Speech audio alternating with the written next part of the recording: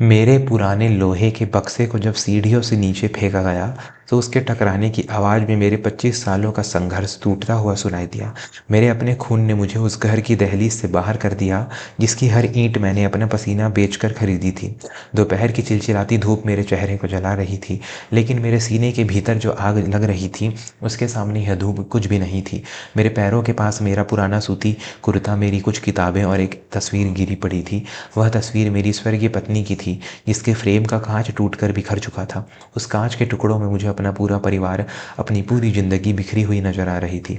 मैंने धीरे से झुककर उस तस्वीर को उठाया। कांच का एक छोटा सा टुकड़ा मेरी उंगली में चुभ गया। खून की एक बूंद उभरी, लेकिन मुझे कोई दर्द महसूस नहीं हुआ।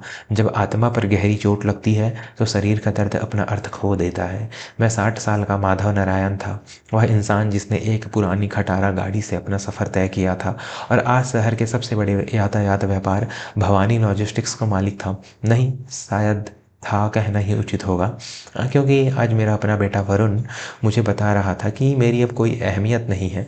घर के शानदार और नक्काशीदार दरवाजे पर वरुण खड़ा था। उसने रेशम का एक महंगा कुर्ता पहना हुआ था, वह कुर्ता जो मैंने उसे उसके पिछले जन्मदिन पर तोहफे में दिया था। उसके चेहरे पर कोई पछतावा नहीं था, कोई शर्म नहीं थी, बल्कि वहाँ एक अजीब सी झुंझलाहट थी, जैसे मैं कोई अजनबी भिखारी हूँ जो उनके दरवाजे पर आकर खड़ा हो गया हो। उसके ठीक पीछे उसकी पत्नी शिखा खड़ी थी। शिखा जिसके हाथों में हमेशा कोई ना कोई कीमती गैजेट होता था और जिसकी आंखों में मेरे लिए हमेशा एक तिरस्कार भरा भाव रहता था। वरुण ने अपनी नज़रें मुझसे चुराते हुए हवा में हाथ हिलाते हुए कहा, बाबूजी आपको समझना होगा, यह घर, यह माहौल अब आपके हिसाब का नहीं है। हमारे घर में बड़े बड़े लोग आते हैं, हमारे व्यापारिक साझेदार आते हैं। आपका यह पुराना पहनावा, आपके यह पुराने विचार और बात बात पर लोगों को टोकने की आदत हमारे रुतबे को ख़राब करती है। इससे पहले कि मैं कुछ कह पाता, शिखा ने अपनी तीखी और चुभने वाली आवाज़ में बातें को आगे बढ़ाया। देखिए बाबूजी, सीधी सी बात है, मेरे माता पिता अगले हफ्ते आ रहे हैं और वह हमारे साथ ही रहेंगे। इस घर को एक आधुनिक रूप दिया जा रहा है और सच कहूँ तो आपके इस पुराने सामान और आपके लिए यहाँ कोई जगह नहीं बची है। हमने आपके लिए गाँव वाले पुराने मकान की सफाई करवा दी है, आप वहाँ आराम से रहिए। यहाँ की भागदौड़ आपके लिए ठीक नहीं है। यह सुनकर मेरे कानों में सन्नाटा छा गया। गांव वाला मकान, वह मकान जो खंडहर हो चुका था। मैंने गहरी सांस ली। मेरा दिमाग उन रातों की तरफ चला गया जो मैंने वरुण की पढ़ाई के लिए लगातार कई दिनों तक खुद गाड़ियाँ चलाई थी। तपते हुए इंजन की गर्मी में मेरे पैर जल जाते थे। नींद भगाने के लिए मैं ढाबों की कड़वी चाय पीता था। मैंने खुद फटे हुए जूते पहने ताकि वरुण को शहर के सबसे महंगे स्कूल में भेजा जा सके। और आज आज मेरा बेटा मेरी पहचान को अपने रुतबे के लिए खतरा मान रहा था। दोस्तों, वर्मा स्टोरीज के माध्यम से मैं विवेक वर्मा आपसे एक सवाल पूछना चाहता हूँ। क्या माता पिता का जीवन सिर्फ एक सीढ़ी है जिसका इस्तेमाल करके बच्चे ऊंचाई पर चढ़ जाते हैं और फिर उस सीढ़ी को बेकार समझकर फेंक देते हैं? अगर आप भी इस दर्द को महसूस कर पा रहे हैं, अगर आप भी मानते हैं कि हर माता पिता का सम्मान उनके अंतिम सांस तक होना चाहिए, तो इस चैनल को अभी सब्सक्राइब करें। आपके जुड़ने से हमें ऐसी ही सच्ची और दिल को छू लेने वाली कहानियाँ आप तक पहुँचाने की शक्ति मिलती है। शिखा ने फिर कहा, बाबूजी अब यहाँ तमाशा मत कीजिए, ड्राइवर आपको छोड़ आएगा। मैंने वरुण की तरफ देखा। मुझे उम्मीद थी कि शायद उसके अंदर का बेटा एक बार के लिए जागेगा, शायद वह अपनी पत्नी को रोकेगा, लेकिन उसने बस अपनी नज़रें नीचे कर ली। उस दिन कोई शोर शराबा नहीं हुआ, कोई चीख पुकार नहीं मची।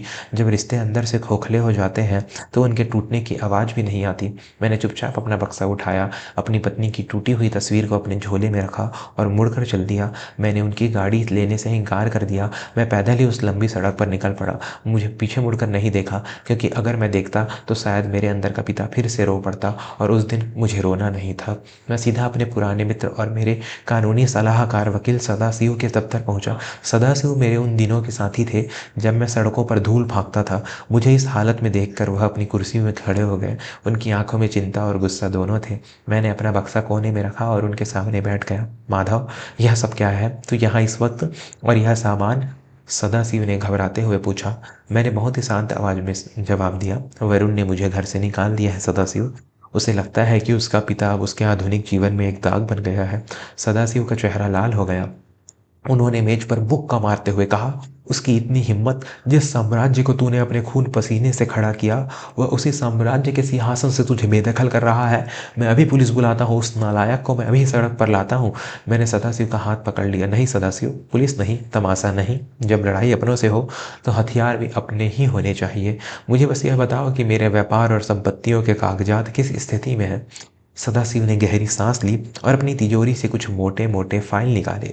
माधव, तुझे याद है ना, 15 साल पहले जब तूने वरुण को व्यापार में शामिल किया था, तब मैंने ही तुझे सलाह दी थी कि नियंत्रण कभी पूरी तरह से अपने हाथ से मत छोड़ना। पूरा का पूरा व्यापार, वह आलीशान घर, वह सारी गाड़ियां, सब कुछ भवानी ट्रस्ट के नाम पर है। वरुण केवल एक नियुक्त किया हुआ निदेशक है। वह कागजों पर सिर्फ एक कर्मचारी है जिसे एक निश्चित वेतन मिलता है। उसके पास कोई भी मालिकाना हक नहीं है। यह सुनते ही मेरे अंदर एक अजीब सी शांति छा गई। वरुण को लगता था कि वह राजा है क्योंकि वह राजा की कुर्सी पर बैठा था, लेकिन वह यह भूल गया था कि उस कुर्सी का निर्माण किसने किया है। मैंने सदाशिव की आंखों में देखा और एक ऐसा फैसला लिया जिसने मेरी जिंदगी का रुख हमेशा के लिए बदल दिया। सदाशिव, सारे अधिकार रद्द करने की प्रक्रिया शुरू करो। ट्रस्ट के नियम के अनुसार वरुण को उसके पद से हटाया जाए। व्यापार के सारे बैंक खाते तुरंत प्रभाव से सील कर दिए जाए और वह घर जहां मुझे अजनबी बना दिया गया, उसे शहर के सबसे बड़े अनाथालय को दान करने के कागजात तैयार करो। सदाशिव ने एक पल के लिए मुझे देखा। उनकी आंखों में सम्मान और हैरानी दोनों थे। उन्होंने बिना कोई सवाल किए कहा, कल सुबह तक सारे दस्तावेज तैयार हो जाएंगे माधव। अगले 3 दिन मैंने एक साधारण सी धर्मशाला में बिताए। इन 3 दिनों में मेरे पास वरुण का एक भी फ़ोन नहीं आया। शायद वह अपनी नई आज़ादी और रुतबे का जश्न मना रहा था। चौथे दिन सुबह सुबह मैं सदाशिव और कुछ कानूनी अधिकारी उस आलीशान घर के दरवाजे पर पहुंचे। घर के अंदर शिखा के माता पिता का स्वागत समारोह चल रहा था। महंगी शराब, तरह तरह के पकवान और शहर के नामी लोग वहाँ मौजूद थे। जब मैं अंदर दाखिल हुआ तो अचानक संगीत बंद हो गया। वरुण और शिखा मुझे देखकर ऐसे चौंके जैसे कोई भूत देख लिया हो। वरुण तेजी से मेरे पास आया और फुसफुसाते हुए बोला, बाबूजी, आप यहाँ क्या कर रहे हैं? मैंने आपसे कहा था ना कि आप गाँव में रहें। यहाँ मेरे ससुराल वाले हैं, मेरी इज्जत का तो ख्याल रखिए।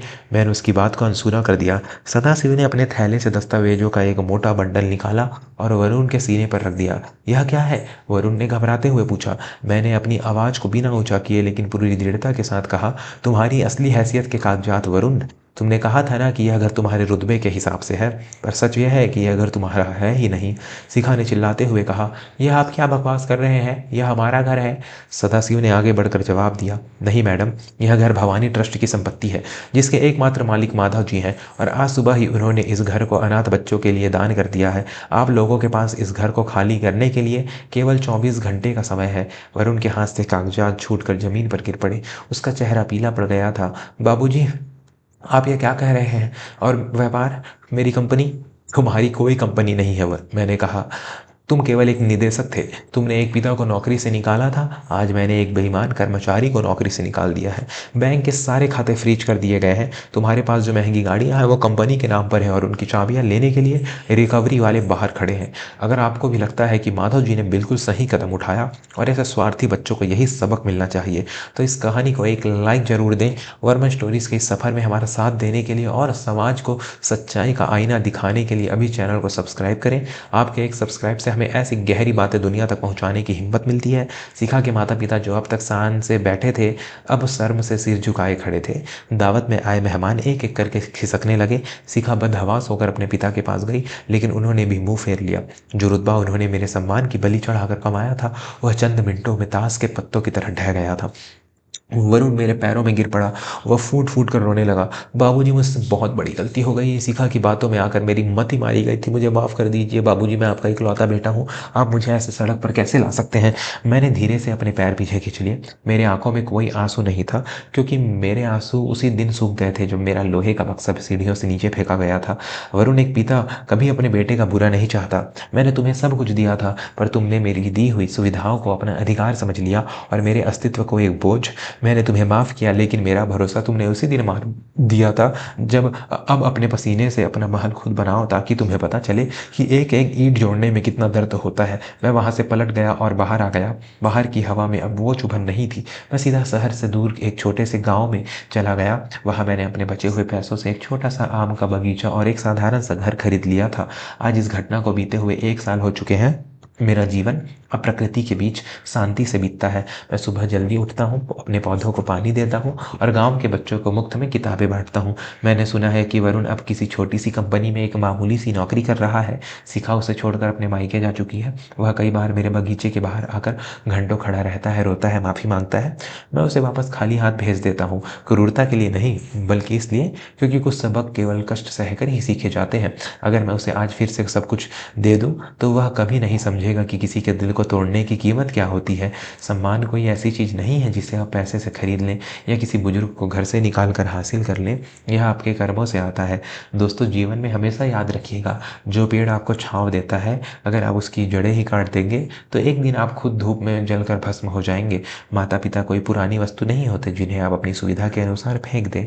वे वो नींव होते हैं जिस पर आपका पूरा जीवन खड़ा होता है। अगर माधव की इस कहानी ने आपके दिल को किसी के कोने को छुआ है तो कृपया कमेंट बॉक्स में अपने विचार ज़रूर लिखें। क्या माधव जी को अपने बेटे को एक और मौका देना चाहिए था, या उन्होंने जो किया वह बिल्कुल सही था? अपनी राय हमें ज़रूर बताएं। और हाँ, रिश्तों की ऐसी ही सच्ची, भावुक और रोंगटे खड़े कर देने वाली कहानियों के लिए वर्मा स्टोरीज़ को भी सब्सक्राइब करें। अगली कहानी जो आपकी स्क्रीन पर आ रही है उसे भी ज़रूर देखें, क्योंकि वह आपके सोचने का नज़रिया बदल देगी। धन्यवाद और प्रणाम।